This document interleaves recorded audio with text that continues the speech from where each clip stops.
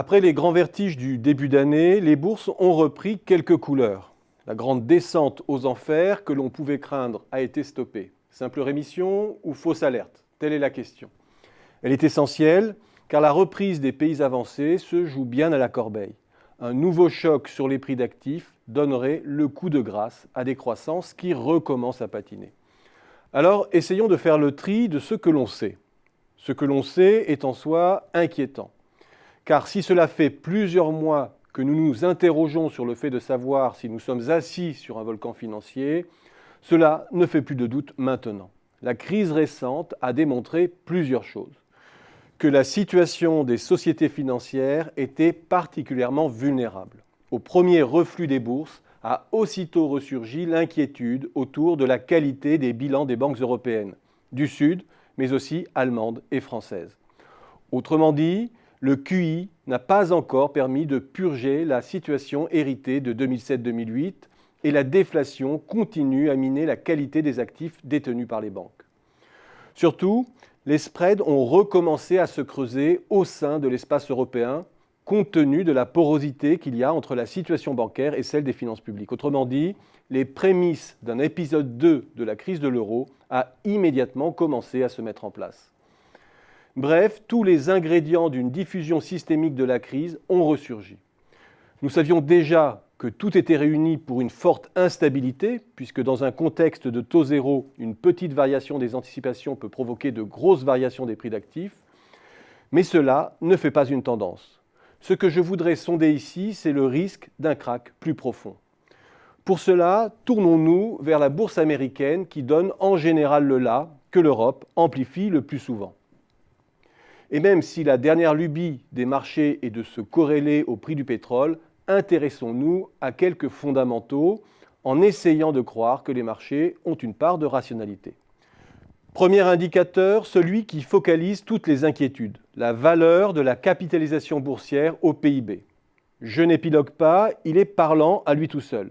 Si les cycles financiers ressemblent à ce qu'ils ont été depuis 15 ans, la vague de correction est encore devant nous.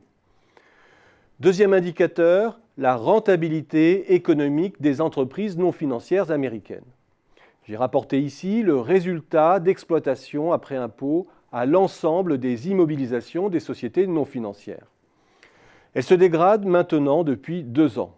Or, le taux de rentabilité est traditionnellement un indicateur avancé de retournement du cycle financier.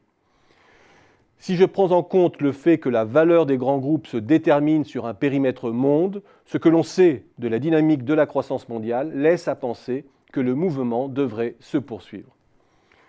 Selon ces 2 indicateurs, mais je pourrais en produire d'autres, les conditions d'une chute du prix des actions sont bien en place.